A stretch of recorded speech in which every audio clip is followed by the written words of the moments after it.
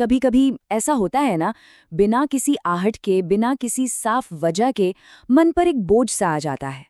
ऐसा लगता है जैसे आसपास तो सब कुछ वैसा ही है, पर अंदर अंदर कुछ बदल गया है।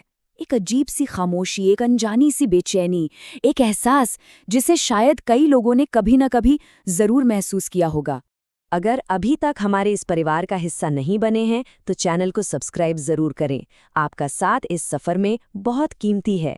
तो चलिए अब इस एहसास की गहराई में उतरते हैं। तो सवाल यही उठता है कि ये जो एहसास है आखिर है क्या? क्या ये सिर्फ पल दो पल की उदासी है जो ढल जाएगी, या इसके पीछे कोई ऐसी बात छुपी है जिसे समझना हम सब के लिए जरूरी है? आइए आज इस उलझन को साथ मिलकर सुलझाने की कोशिश करते हैं। अक्सर उदासी और डिप्रेशन, इन दो शब्दों को एक ही समझ लिया जाता है, पर इन दोनों के मायने में और मन पर इनके असर में जमीन आसमान का फर्क है।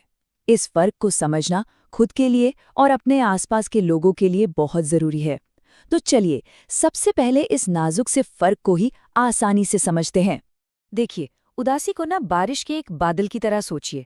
ये किसी खास वजह से आता है, जैसे ऑफिस में कोई दिन बुरा चला गया या किसी अपने से अनबन हो गई। ये बादल कुछ देर बरसता है, मन हल्का हो जाता है और फिर धूप निकल आती है। जिंदगी की गाड़ी रुकती नहीं, चलती रहती है। पर डिप्रेशन, ये उस घने कोहरे की तरह है जो सुबह होने के बाद भी नहीं छटता। ये कोहरा सिर्फ बाहर नहीं, मन के अंदर होता है। ये बिना किसी साफ वजह के भी मन पर छा जाता है और हफ्तों तक या उससे भी ज्यादा ठहरा रहता है। ये इतना गहरा होता है कि रोज के छोटे छोटे काम, जैसे बिस्तर से उठना या फोन पर किसी से बात करना, ये भी एक पहाड़ चढ़ने जैसा लगने लगता है। आइए कुछ चीजों पर थोड़ा गौर करते हैं। क्या मन लगातार उदास, खाली या बेचैन रहता है? क्या जिन चीजों में पहले खुशी मिलती थी, जैसे दोस्तों से मिलना या कोई मूवी देखना, क्या अब वो भी बेकार लगती हैं? वो चीजें जो कभी मुस्कुराने की वजह थीं, क्या नींद या तो आती ही नहीं या इतनी आती है कि बिस्तर से निकलने का मन ही नहीं करता है? क्या भूख में अचानक कोई बड़ा बदलाव आया है, या तो बिल्कुल नहीं लगती या बहुत ज्यादा लगने लगी है? क्या एक अजीब सी बेचैनी या चिड़चिड़ापन रहता है? क्या बिना कुछ किए भी जिस्म और दिमाग में हमेशा एक गहरी थकान महसूस होती है? क्या बार बार खुद को बेकार या हर बात के लिए दोषी समझने के ख्याल आते हैं? और क्या छोटा सा फैसला लेने में या किसी एक चीज पर ध्यान लगाने में भी मुश्किल होती है? ये सिर्फ कुछ सवाल हैं मन की स्थिति को बेहतर समझने के लिए। अब जो सबसे जरूरी बात समझनी है वो ये है कि डिप्रेशन सिर्फ मन का वहम या इरादे की कमजोरी नहीं है। ये कह देना कि बस खुश रहने की कोशिश करो काफी नहीं होता। इसके पीछे हमारे दिमाग में हो रहे कुछ असली, कुछ बायोलॉजिकल बदलाव भी जिम्मेदार होते हैं। और ये जान लेना कि ये एक मेडिकल कंडीशन है, इसके साथ जुड़ी शर्म को कम करता है। आइए देखते हैं कि दिमाग के अंदर आखिर चलता क्या है। हमारे दिमाग के अंदर ना करोड़ों छोटे छोटे मैसेंजर्स होते हैं। इनमें से एक का नाम है सेरोटोनिन। आप इसको खुशी का केमिकल या मूड को ठीक रखने वाला मैसेंजर भी कह सकते हैं। जब हम खुश और अच्छा महसूस करते हैं तो ये मैसेंजर दिमाग के एक हिस्से से दूसरे हिस्से तक खुशी के संदेश लेकर तेजी से दौड़ते हैं। पर डिप्रेशन में इन मैसेंजर्स की संख्या या तो कम हो जाती है या वो थककर धीमे पड़ जाते हैं। उनकी आवाज कमजोर हो जाती है, जिससे खुशी और सुकून का एहसास हम तक ठीक से पहुंच ही नहीं पाता। फिर एक और हार्मोन होता है जिसका नाम है कॉर्टिसोल। ये हमारे शरीर का ना एक अलार्म सिस्टम है। जब कोई असली खतरा सामने होता है, जैसे कोई तेज गाड़ी, तो ये अलार्म बजता है और हमें चौकन्ना करता है। लेकिन डिप्रेशन में ये अलार्म सिस्टम खराब हो जाता है। ये बिना किसी खतरे के भी लगातार बजता रहता है, जैसे ऑन पोजीशन में अटक गया हो। और इसीलिए लगातार घबराहट, दिल की धड़कन का तेज होना और एक अनजानी सी बेचैनी महसूस होती रहती है, जैसे कुछ बुरा होने वाला है। और हमारे दिमाग के अंदर एक बहुत ही खास हिस्सा है, उसका नाम है हिप्पोकैम्पस। ये हमारी यादों का, सीखने की क्षमता का और हमारे जज्बातों का खजाना है। हमारी पहचान इससे जुड़ी है। रिसर्च बताती है कि जब डिप्रेशन बहुत लंबे समय तक रहता है तो लगातार बढ़े हुए स्ट्रेस हार्मोन्स इस हिस्से को कमजोर कर सकते हैं। वो आकार में थोड़ा सिकुड़ सकता है और शायद इसीलिए डिप्रेशन में नई चीजें याद रखने में और किसी काम में ध्यान लगाने में इतनी मुश्किल होती है। तो अब तक हमने इस कोहरे को, इस अंधेरे को समझने की कोशिश की, पर अब सबसे जरूरी सवाल कि इस अंधेरे से रोशनी की तरफ पहला कदम कैसे बढ़ाएं, क्योंकि अंधेरा कितना भी गहरा क्यों ना हो, रोशनी की एक छोटी सी किरण ही उसे दूर करने की शुरुआत करती है। याद रखें, सफ़र लंबा हो सकता है, पर हर सफ़र की शुरुआत एक बहुत छोटे से, एक नन्हे से कदम से ही होती है।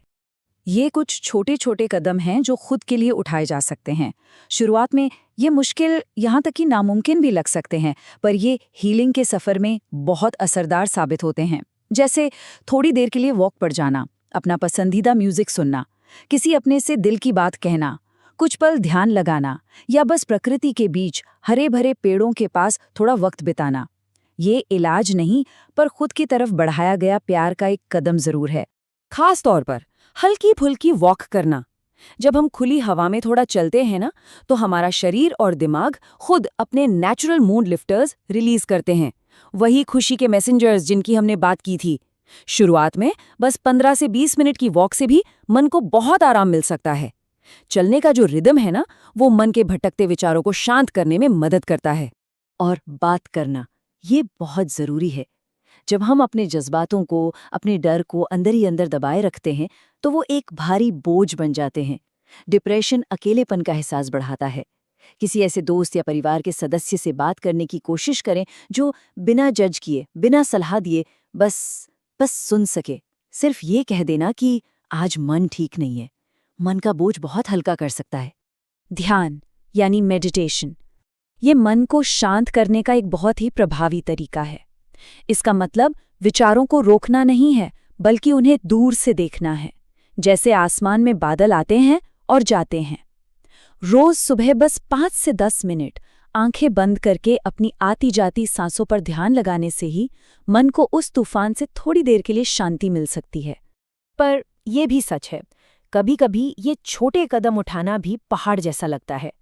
कभी-कभी ये कदम काफी नहीं होते, और अगर कोई ऐसा महसूस कर रहा है तो इसमें कुछ भी गलत नहीं है, इसमें कोई हार नहीं है।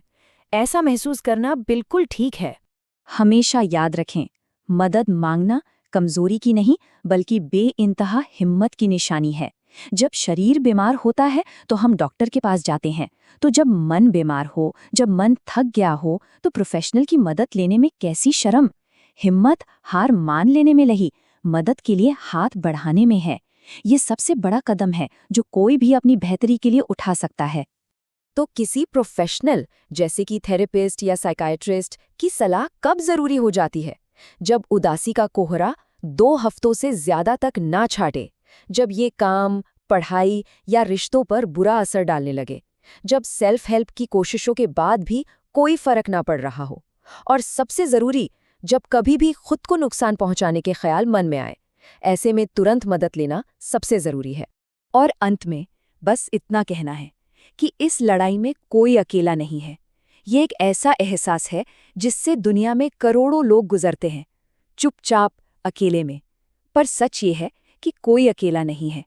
और जैसे हर अंधेरी रात के बाद सुबह जरूर होती है, वैसे ही मन के इस अंधेरे के बाद रोशनी भी जरूर आती है। याद रखें, डिप्रेशन का इलाज संभव है, रिकवरी का सफर मुमकिन है। ये एहसास हमेशा के लिए नहीं है। इस अंधेरी सुरंग के आखिर में रोशनी है, उम्मीद। उम्मीद हमेशा है, बस उस उम्मीद की किरण को थामे रखना है। ये सफर शायद थोड़ा मुश्किल लगे, पर इसमें कोई अकेला नहीं है। भरोसा रखिए, इस कोहरे के पार रोशनी जरूर मिलेगी, जरूर मिलेगी। जाने से पहले अगर अभी तक सब्सक्राइब नहीं किया है तो प्लीज़ हमारे चैनल को सब्सक्राइब करें, और अगर इस जानकारी ने दिल को छुआ है तो इसे लाइक करना और अपने दोस्तों और परिवार के साथ शेयर करना ना भूलें। क्या पता आपका एक शेयर किसी की जिंदगी में उम्मीद की किरण ले आए।